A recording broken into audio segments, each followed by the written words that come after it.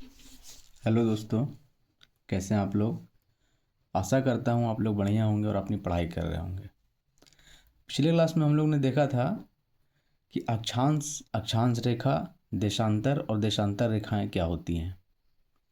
उसके बारे में हम लोग ने जाना था कि पृथ्वी पर कोई भी पोजीशन अगर ज्ञात करना हो तो उसमें अक्षांश और देशांतर रेखाओं का कितना महत्व है।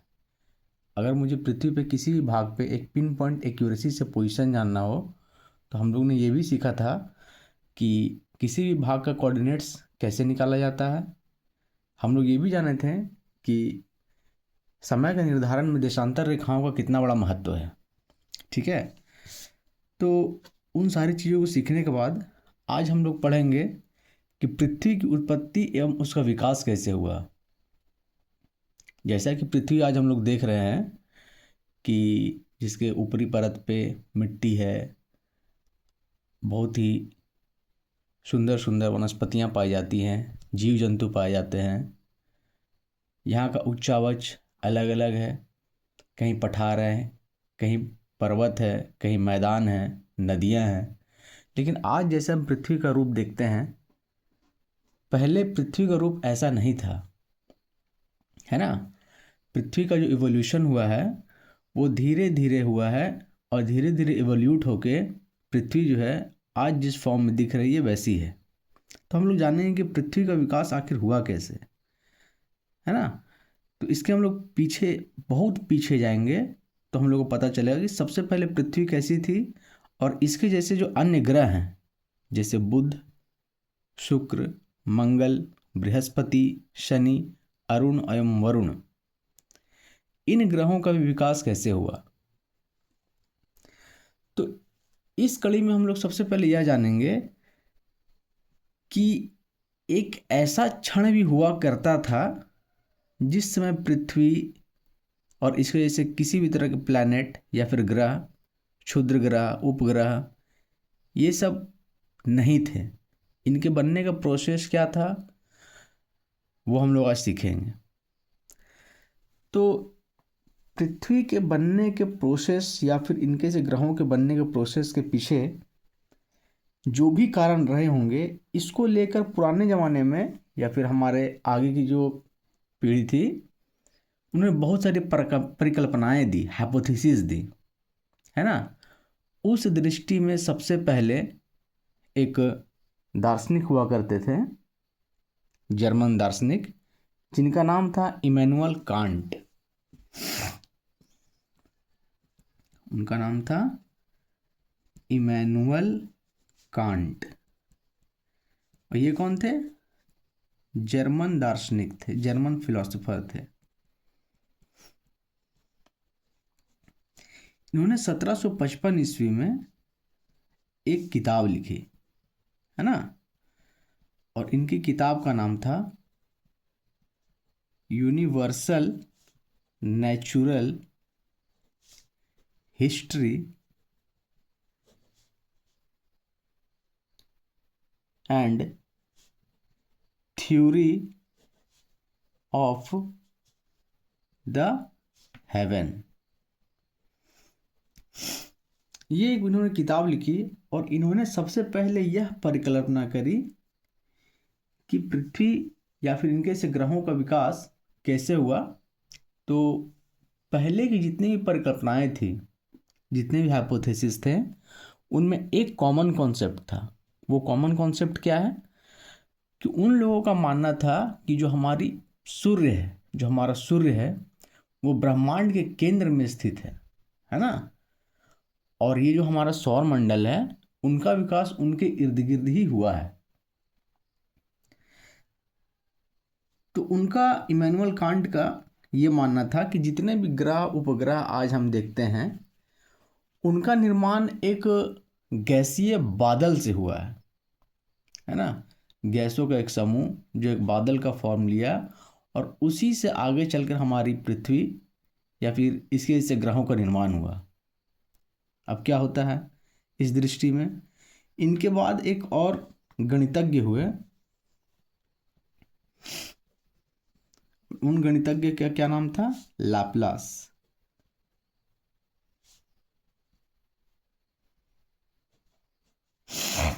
इन्होंने इमैनुअल कांट द्वारा दिए गए परिकल्पना में थोड़ी सी सुधार करके इन्होंने बताया कि ग्रहों का निर्माण जो है धीमी गति से घूमते हुए पदार्थों के बादल से हुआ है ना।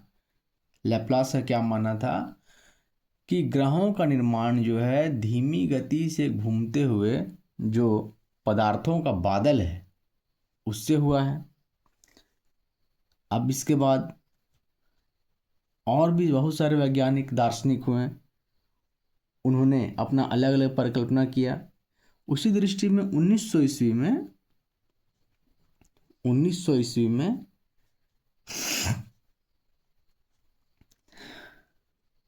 दो वैज्ञानिक हुए जिनका नाम था चैम्बरलेन और मोल्टन। चैम्बरलेन और मोल्टन।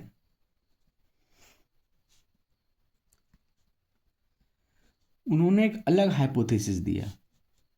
वे एक तारा सिद्धांत का कॉन्सेप्ट देते हैं। उसमें उन्होंने क्या कहा? उसमें उन्होंने कहा कि जो हमारी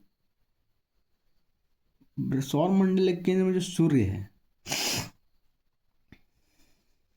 सूर्य है उसके समीप से इससे बड़ा एक तारा गुजरा। क्या हुआ?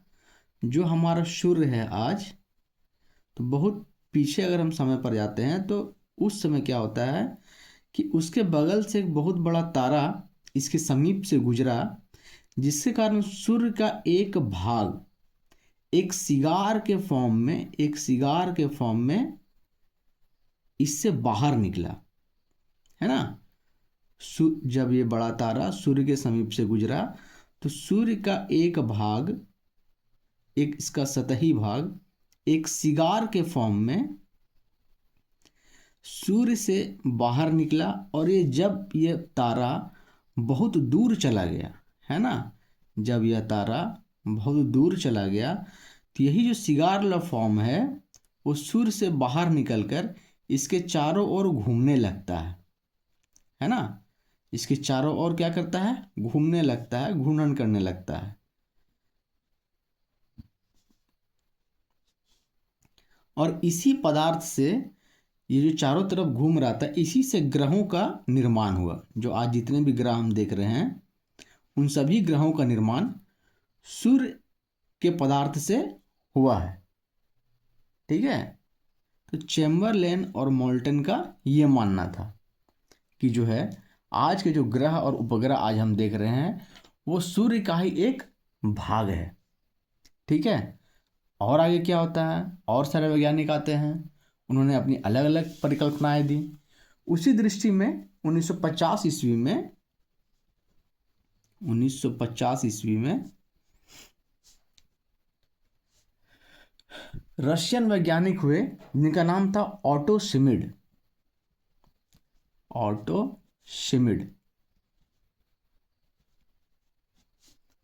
और एक जर्मनी के वैज्ञानिक या फिर दार्शनिक हुए जिनका नाम था कार्ल वाइजास्कर। उन्होंने एक निहारिका परिकल्पना दी। उन्होंने क्या दिया? एक निहारिका परिकल्पना, जिसको इंग्लिश में हम लोग बोलते हैं नेब्यूलर हाइपोथेसिस।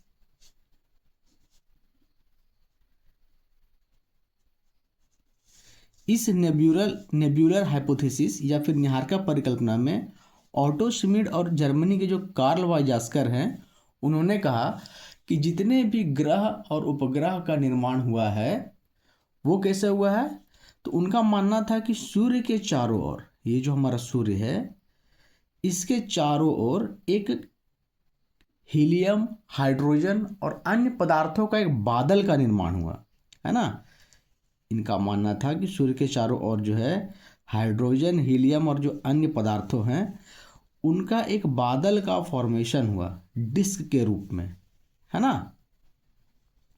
और इन्हीं बादलों में जो हाइड्रोजन, हीलियम, जो अन्य पदार्थ थे वो एक दूसरे से धीरे धीरे क्या हुए? एक्यूमुलेट होते गए, चिपकते गए, गुरुत्वाकर्षण के कारण, जिसके कारण जो है हमारी जो ग्रह और उपग्रह का जो निर्माण हुआ है, ठीक है, उनका ऐसा मानना था। एक चपटी तस्तरी नुमा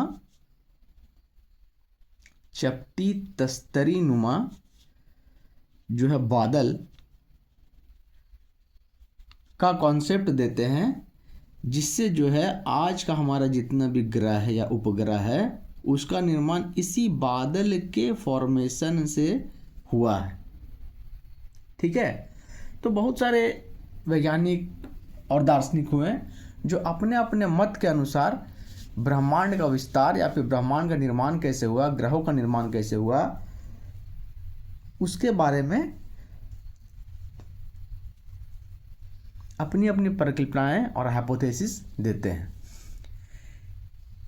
अब इस प्रोसेस में जो है एक बहुत ही सर्वमान्य और ऑथेंटिक हाइपोथेसिस देने के लिए एक प्रीस्ट या फिर एस्ट्रोनॉमर हैं जिनका नाम है जॉर्ज लेमेंतेर, है ना। कौन थे? जॉर्ज लेमेंतेर।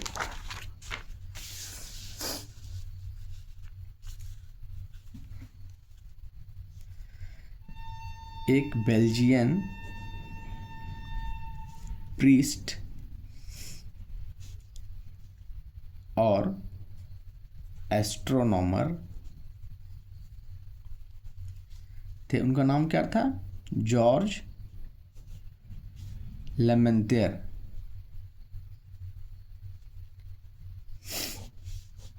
वो एक कॉन्सेप्ट लेके आते हैं, वो एक परिकल्पना लेके आते हैं जिसको आज हम लोग बिग बैंग थ्योरी, है ना, बिग बैंग थ्योरी के नाम से जानते हैं। और यही बिग बैंग थ्योरी आज जो प्रेजेंट टाइम है उसमें सबसे सर्वमान्य परिकल्पना है, ठीक है, बिग बैंग थ्योरी।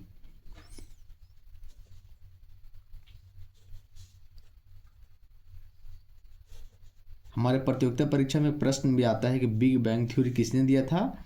तो जॉर्ज लेमेंतेर, ठीक है। बिग बैंग थ्योरी का कॉन्सेप्ट सबसे पहले इन्होंने ही दिया था, जो आज भी सबसे ज़्यादा सर्वमान्य एवं ऑथेंटिक हाइपोथेसिस है ब्रह्मांड के निर्माण विस्तार में और ग्रहों का निर्माण कैसे हुआ, उसमें बिग बैंग थ्योरी का कॉन्सेप्ट सबसे ज़्यादा सर्वमान्य है ना, ऑथेंटिक है। अब बिग बैंग थ्योरी क्या है ये हम लोग आगे जानेंगे। इसी बिग बैंग थ्योरी को expanding universe hypothesis, expanding universe hypothesis, इसका हिंदी नाम है विस्तारित ब्रह्मांड परिकल्पना।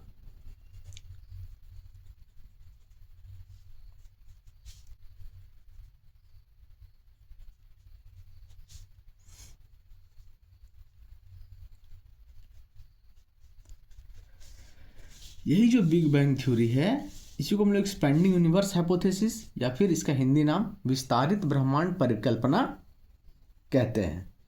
अब ये बिग बैंग थ्योरी क्या है ना, बिग बैंग थ्योरी क्या है ये हम लोग जानेंगे। तो बिग बैंग थ्योरी में ये कहता है कि आज से 13.7 अरब वर्ष पहले, आज से प्रेजेंट टाइम से 13.7 अरब वर्ष पहले क्या था? तो आज से 13.7 अरब वर्ष पहले एक छोटा सा गोल, है ना, बिंदु के आकार का एक परमाणु था जिसको हम लोग प्रिमिबल एटम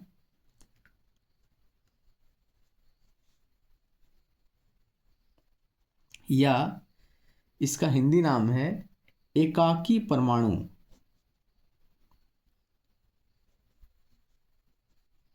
हुआ करता था। अब इसमें क्या था, इससे पहले एक डार्क एनर्जी का कॉन्सेप्ट आता है ना, कि डार्क एनर्जी क्या था। तो वो सब हम लोग के लिए उतना इम्पोर्टेंस नहीं है, जहाँ तक हम लोग का क्वेश्चन पूछा जाता है वहीं से हम लोग पढ़ना स्टार्ट करते हैं। अगर आप लोग का अगर इच्छा होगा इसके बारे में ज़्यादा जानने का तो आप लोग पढ़ सकते हैं। बहुत सारे यूट्यूब में वीडियो भी पड़े हुए हैं या फिर बहुत सारा किताब है जिसमें सारा कॉन्सेप्ट डार्क एनर्जी का दिया हुआ है।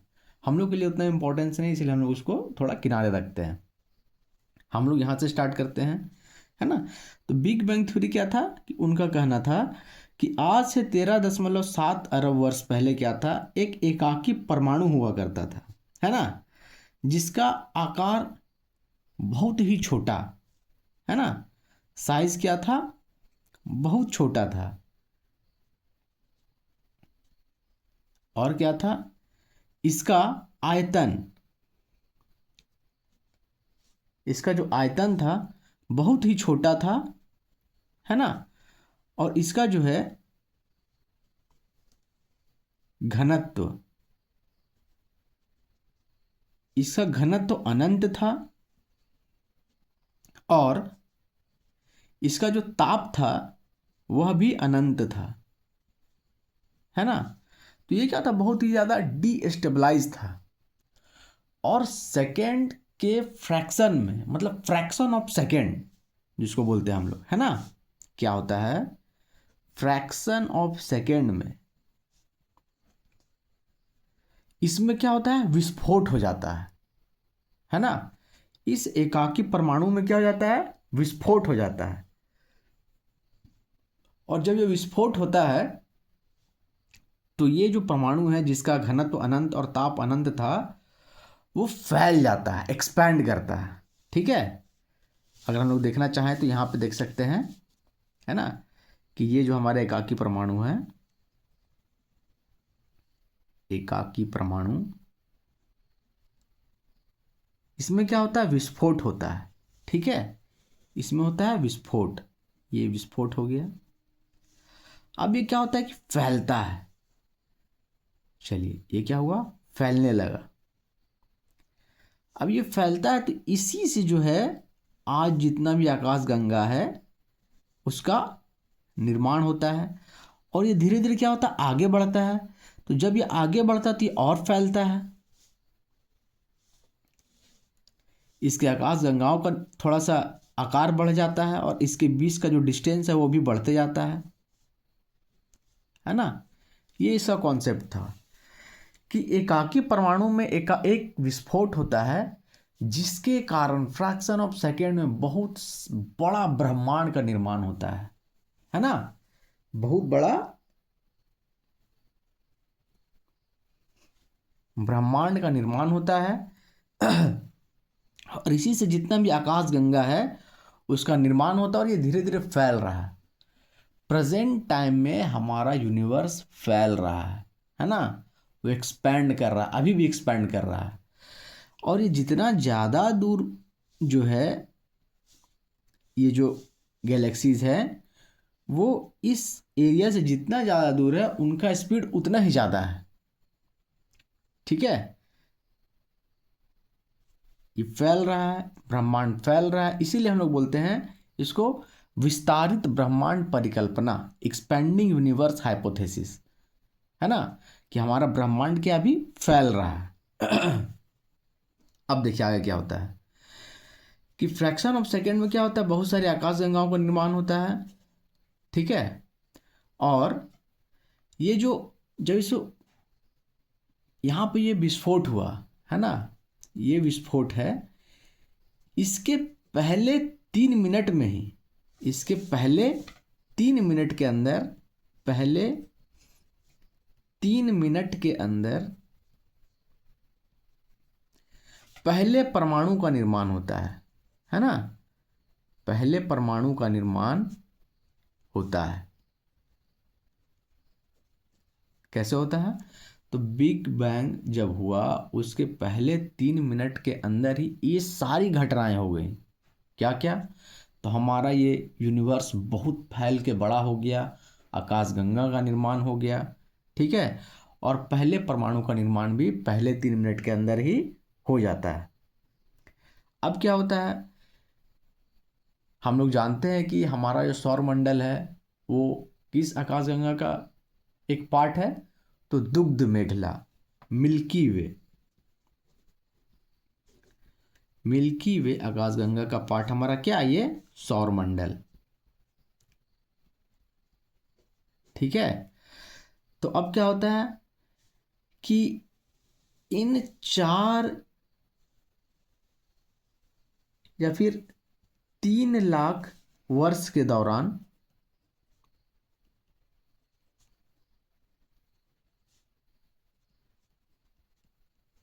3 लाख वर्षों के दौरान जब यह विस्फोट हुआ, उसके 3 लाख वर्ष के दौरान ही जो है टेम्परेचर जो है, जो ताप बहुत ज़्यादा था, वो गिरकर 4500 डिग्री केल्विन तक आ जाता है और परमाणुीय पदार्थ का भी निर्माण हो जाता है।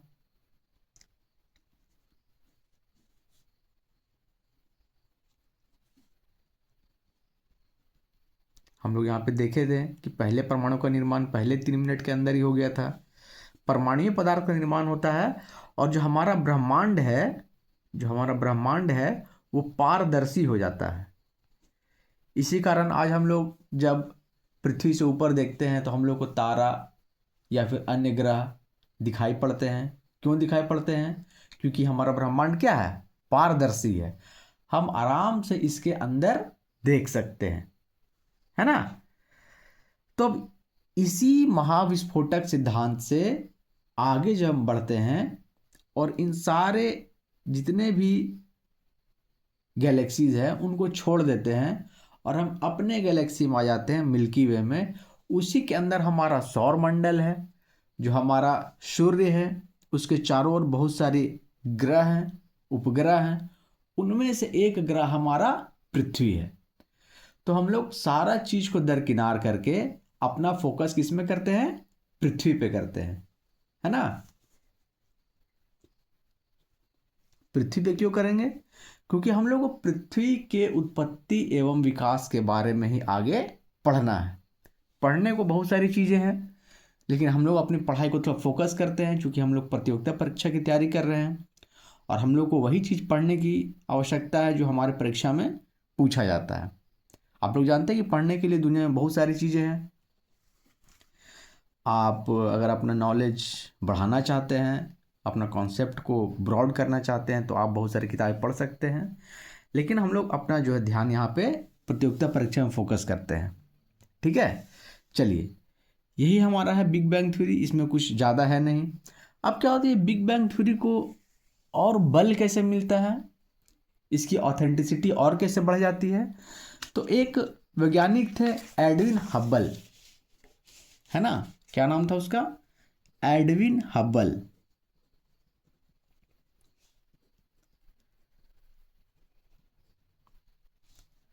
वो एक कॉन्सेप्ट लेके आते हैं। वो क्या कॉन्सेप्ट देते हैं? उनका कहना रहता है कि ये जो है हमारा जो ब्रह्मांड है वो विस्तारित हो रहा है।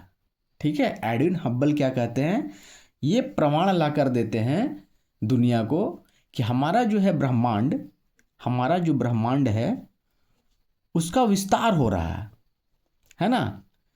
और जैसे ही ये एडविन हब्बल ये कॉन्सेप्ट लेके आते हैं कि हमारा ब्रह्मांड जो है विस्तारित हो रहा है, उसका विस्तार अभी भी लगातार जारी है, तो बिग बैंग थ्योरी का जो हाइपोथेसिस है, वो जो कॉन्सेप्ट है, उसको और बल मिलता है ना, उसकी ऑथेंटिसिटी और बढ़ जाती है। तो आज के प्रेजेंट टाइम में हम लोग के लिए जो बिग बैंग थ्योरी है, वही थ्योरी ब्रह्मांड के निर्माण एवं उसके विस्तार में सबसे ज़्यादा ऑथेंटिक है और इसी के बारे में हम लोग आज जो थोड़ा बहुत सीखे, है ना। चलिए, और कुछ नहीं है, बिग बैंग थ्योरी यही है कि एक एकाकी परमाणु हुआ करता था जिसका घनत्व अनंत, ताप अनंत था, आयतन बहुत ज़्यादा छोटा था। उसमें एकाएक विस्फोट होता है, उस विस्फोट के कारण वो एकाकी परमाणु का जो घनत्व है बहुत ज़्यादा था, वो क्या होता है, फैल जाता है, उस विस्तारित होता है और वही विस्तार में हमारे मिल्की वे तारे वगैरह जो आज हम लोग देखते हैं उसी का एक पार्ट है। तो सोच के देखिए कि आज जितना भी ब्रह्मांड कितना बड़ा है, बहुत बड़ा है, हम लोग उसको नाप नहीं सकते हैं, है ना। वो सबसे पहले एक बहुत ही छोटे अनस्टेबलाइज्ड एक पॉइंट के फॉर्म में था। ठीक है, चलिए अब आगे हम लोग बढ़ते हैं। अच्छा, हम लोग थोड़ा सीख लेते हैं कि तारों का निर्माण कैसे हुआ। ठीक है, जो हमारा स्टार है उसका फॉर्मेशन कैसे हुआ है।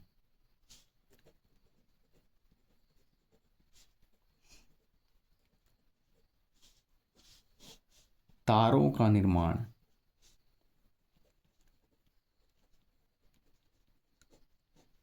देखिए तारों के निर्माण में एक कॉन्सेप्ट जो बोलते हैं नेब्यूला। ठीक है, नेब्यूला क्या होता है? नेब्यूला बेसिकली एक गैस का बादल है ना। हम लोग जानते हैं कि जितने भी तारों का निर्माण हुआ है उनमें एक या दो गैसों का बहुत ही ज़्यादा योगदान है। वो कौन कौन सा? हाइड्रोजन और हीलियम।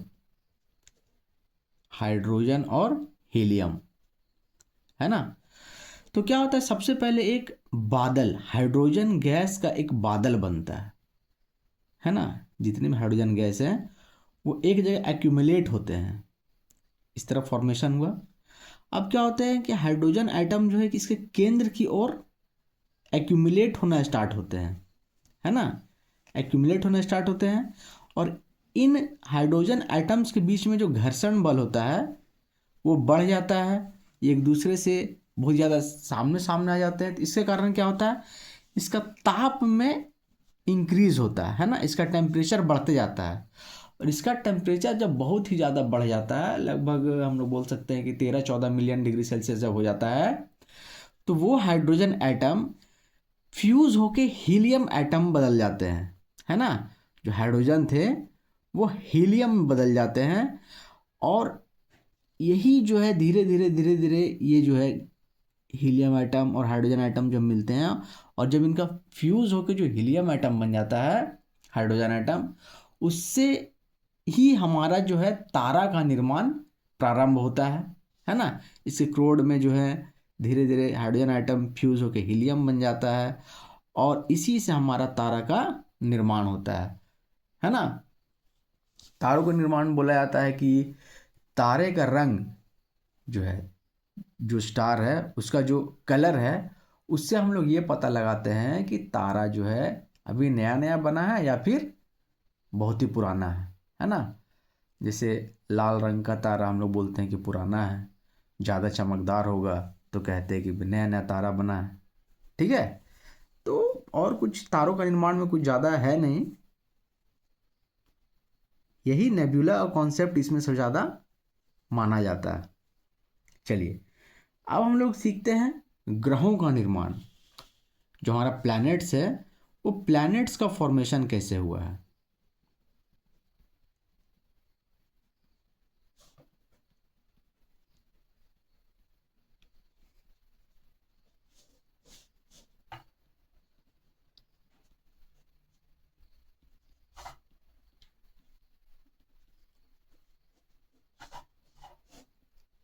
चलिए, हमारे ग्रहों का निर्माण कैसे हुआ है।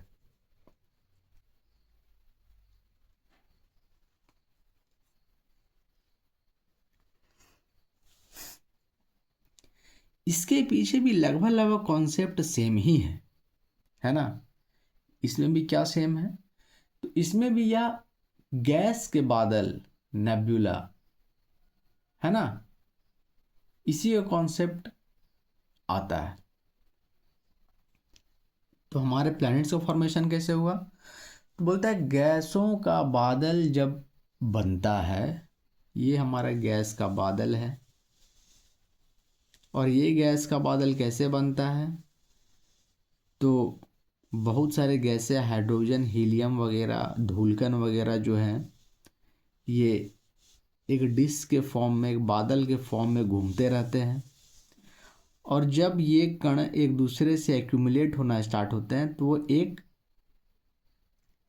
प्लैनेटिसिमल, जिसको हम लोग बोलते हैं ग्रहाणु, ग्रहाणु, प्लैनेटिसिमल, का निर्माण करते हैं। ये ग्रहाणु बहुत सारे होते हैं, है ना। धूलकण और गैस का जो फॉर्मेशन है उसे ग्रहाणु बनते हैं सबसे पहले, है ना, ग्रह के अणु। अब ये घूमते घूमते घूमते घूमते क्या होता है, इनके बीच में जो ससंजक बल लगता है ना, और ये ससंजक बल के कारण ये ग्रहाणु एक दूसरे से क्या होते हैं, चिपक जाते हैं। जब बहुत सारे ग्रहाणु एक दूसरे से एक्यूमुलेट हो जाते हैं ससंजक बल के कारण, उसी से हमारा जो है ग्रह का निर्माण होता है। ठीक है, और ये हमारा सूर्य है। और इन्हीं ग्रहाणुओं से किसका निर्माण होता है, ग्रहों का निर्माण होता है। आज जितने भी ग्रह हम देखते हैं, बुध, शुक्र, पृथ्वी, मंगल, शनि, बृहस्पति,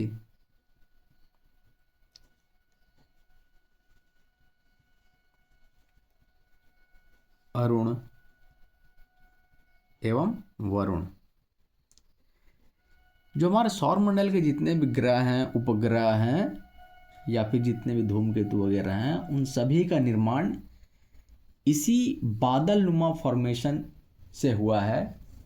ये बादल एक्यूमुलेट होकर सबसे पहले ग्रहाणुओं का निर्माण करते हैं, फिर वो ग्रहाणु संजक बल के कारण एक दूसरे से जुड़ जाते हैं, जिनसे आज हमारा जो ग्रह का निर्माण होता है। अब इसमें कुछ ग्रह जो हैं पदार्थ के फॉर्म में रहते हैं, जैसे हमारा बुध हो गया, शुक्र हो गया, पृथ्वी हो गया, मंगल हो गया, ये सब क्या है, सॉलिड फॉर्म में है, पदार्थ के फॉर्म में है। जबकि बहुत सारे ग्रह जो है बृहस्पति वगैरह है, शनि है, ये सब अभी भी इनका जो वायुमंडल है वो गैसों का ही बना है। ठीक है, तो आगे हम लोग पढ़ेंगे, है ना, इसके बारे में हम लोग को जानना है कि जोवियन प्लैनेट क्या होता है, इसे कहते हैं, गैस के फॉर्म में जितने भी ग्रह हैं उनको क्या कहते हैं। ठीक है, तो आगे हम लोग पढ़ेंगे। तो जो प्लैनेट्स है, हमारा जितना भी ग्रह है, उसका निर्माण इसी कॉन्सेप्ट से हुआ है, ऐसा माना जाता है। ठीक है, ये क्या एक परिकल्पना है। ठीक है, चलिए, तो ग्रहों का निर्माण हम लोग समझ चुके हैं। अब आगे हम लोग क्या देखेंगे, चलिए देखते हैं।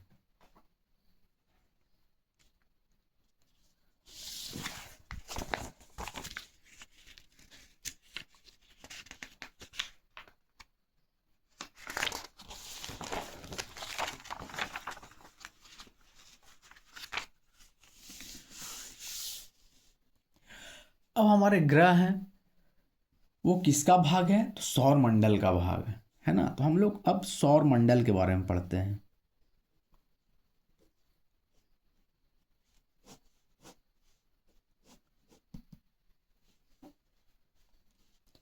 तो हम जानते हैं कि जो हमारा सौर मंडल है उसमें क्या क्या है, तो एक सूर्य है, 8 ग्रह हैं और 63 उपग्रह से मिलकर, और कुछ क्षुद्र ग्रह भी हैं, धूमकेतु या फिर क्षुद्र ग्रह। इन्हीं सारों से मिलाकर इतने सारे जो सूर्य ग्रह, उपग्रह, क्षुद्र ग्रह या धूमकेतु, इन्हीं सभी चीजों को मिलाकर हमारा सौर मंडल बनता है। ठीक है, इन सभी को मिला के क्या बनता है, हमारा सौर मंडल। और सौर मंडल का जनक जो है वो किसको बोला जाता है, नेब्यूला को, निहारिका को ही हमारे सौर मंडल का जनक माना जाता है।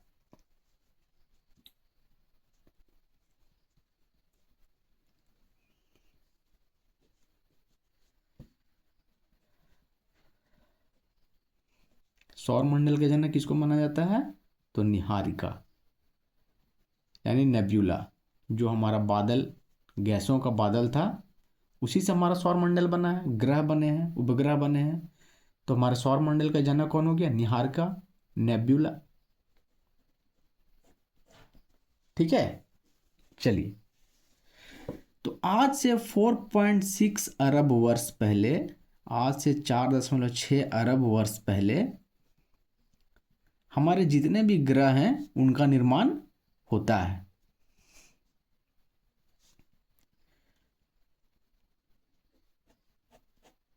आज से 4.6 अरब वर्ष पहले जितने भी ग्रह हैं उनका निर्माण होता है। तो चलिए हमारा सौरमंडल के ऊपर देख लेते हैं, ठीक है। सौरमंडल में ये हमारा सन है, सूर्य सबसे केंद्र में है। उसके बाद बुध है, मर्क्यूरी, वीनस, शुक्र, ये बुध है, शुक्र है ना। उसके बाद हमारा अर्थ आता है, मार्स, जुपिटर, सैटर्न, सॉरी, ठीक है, मार्स, वीनस, अर्थ, सॉरी, मरकरी, वीनस, अर्थ, मार्स, जुपिटर, सैटर्न, यूरेनस और नेपच्यून। यही 8 ग्रह है ना, यही 8 ग्रह हैं और हमारा एक सूर्य है, ठीक है। तो हम लोग ये जो सीरियल वाइज है उसको कैसे याद करते हैं, इसको एक ट्रिक है, क्या है, तो my very efficient mother just served us nuts, है ना। तो एम से यहाँ हो गया मरकरी, ये हो गया मरकरी, वी से हो गया वीनस, ई से हो गया अर्थ, एम से हो गया मार्स, जे से हो गया जुपिटर, एस से हो गया सैटर्न, यू से हो गया यूरेनस और एन से हो गया नेपच्यून। आज से कुछ साल पहले क्या था, एक और प्लैनेट था जिसको हम लोग प्लूटो कहते थे, है ना।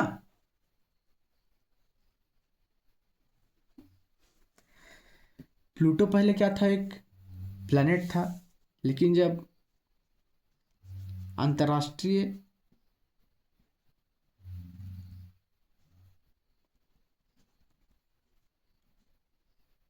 खगोलिकी संगठन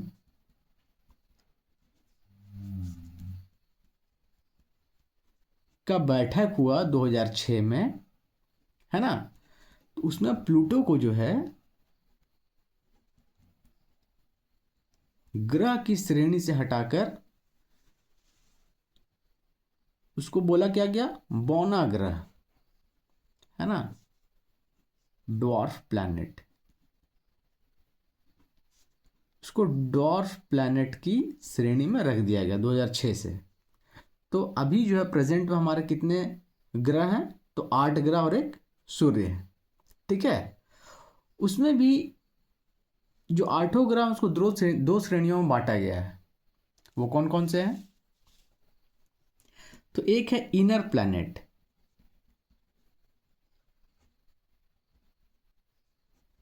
और दूसरा है जोवियन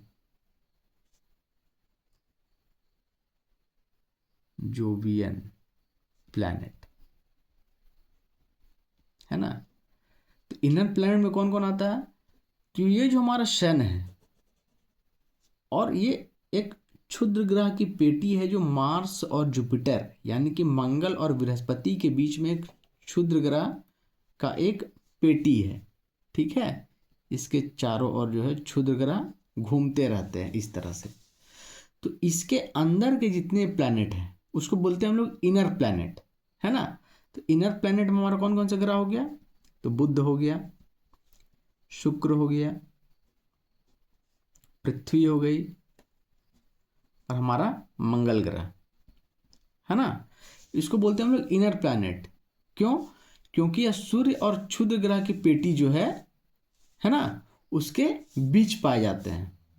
और इसके बाहर के जितने भी ग्रह हैं आउटर प्लैनेट्स, उसको हम लोग जोवियन प्लैनेट्स बोलते हैं।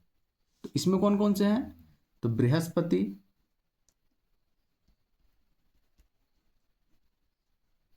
शनि, अरुण और वरुण। ये जो ग्रह हैं उसको हम लोग क्या बोलते हैं, जोवियन प्लैनेट्स। और ये सूर्य और ये जो क्षुद्र ग्रह पेटी है उसके बीच में जो ग्रह पाए जाते हैं उसको हम लोग बोलते हैं इनर प्लैनेट्स। तो इनर प्लैनेट्स में हमारा ये 4 ग्रह हो गया, और जोवियन प्लैनेट्स में, आउटर प्लैनेट्स में ये 4 ग्रह हो गया। ठीक है, तो हम लोग एक एक करके सबके बारे में तो पढ़ नहीं पाएंगे क्योंकि बहुत समय लग जाएगा और सबके बारे में पूछता भी नहीं है। तो हम लोग फिर अपना फोकस जो है एकदम पृथ्वी पर लाके केंद्रित करते हैं। ठीक है, हम लोग पृथ्वी के बारे में आगे पढ़ेंगे कि पृथ्वी का विकास कैसे हुआ, ये सबसे पहले कैसा था, ये धीरे धीरे इसके स्थलमंडल, वायुमंडल और जलमंडल का विकास कैसे हुआ। फिर इन तीनों के विकास होने के बाद आज और हम आप लोग दिख रहे हैं वो जीवमंडल का पार्ट है। तो इस जीवमंडल का विकास कैसे हुआ, है ना, इसके बारे में हम लोग विस्तार से पढ़ेंगे। ठीक है, विस्तार से कहने का मतलब है कि जहाँ तक हम लोग को जानने की ज़रूरत पड़ेगी, जहाँ तक हमारे प्रतियोगिता परीक्षा में प्रश्न बनने का सवाल रहेगा, उतना कॉन्सेप्ट हम लोग थोड़ा सा जानेंगे, है ना। इनको जानना इसलिए भी आवश्यक है क्योंकि इस तरह पढ़ने से क्या होता है कि लय बना रहता है, आपका कॉन्सेप्ट जो है एक दूसरे से जुड़ा रहता है। तो जब आप एक बार रिकॉल करेंगे तो सारी चीज़ें जो हैं परत दर परत जो है खुलते जाएगी। ठीक है, तो चलिए आज हम लोग यहीं तक रहने देते हैं, और कल हम लोग देखेंगे पृथ्वी का विकास कैसे हुआ, स्थलमंडल, वायुमंडल, जलमंडल, इनका विकास कैसे हुआ, फिर इनके बनने के बाद जो जीवमंडल है वो कैसे बना, इसका विकास कैसे हुआ। ठीक है, चलिए आज यहीं तक रहने देते हैं। See you in the next video. Thank you.